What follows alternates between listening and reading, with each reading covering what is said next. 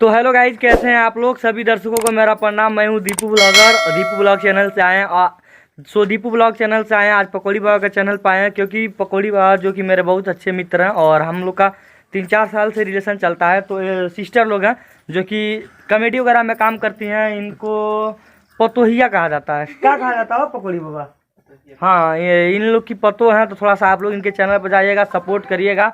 तो पकौड़ी बाबा का थोड़ा सा आज कॉमेडी देखिए। हमारे गांव में आए हैं पकौड़ी बाबा, तो कुछ दिखाना चाहते हैं आप लोग को।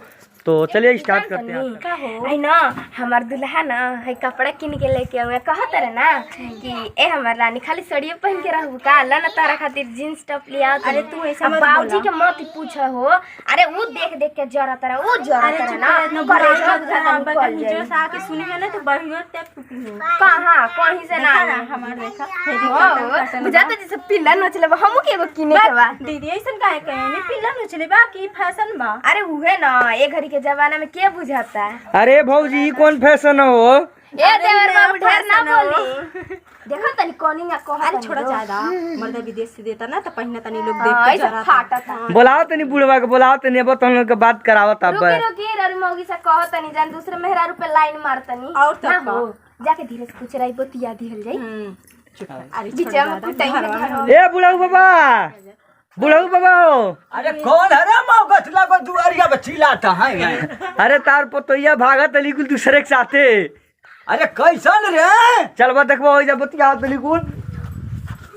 हाय देखो। आयो माई। अरे बाबूजी आगे ना होती थी। अरे काय है पता ही नहीं।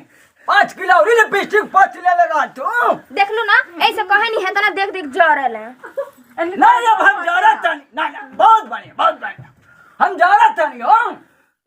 और नहीं तो का जरा लगाए मन करता का कहे तो निकाल के देता। नहीं ससुरा के सामने केंगे रहल जाला कोनो इज्जत है नहीं। हम देख ली गांव के ना है, हम शहर के ही में ही है। हां मॉडल जुग के कन्या है के गाना सुन ले बनी ना। ए बाबा पूरा गांव बिगाड़ी दा। ए ससुर जी खाई अपन मर्दा के कमाई ला जाई का। ए बाबा इतना गाना कौन दिया हो? दीदी बचा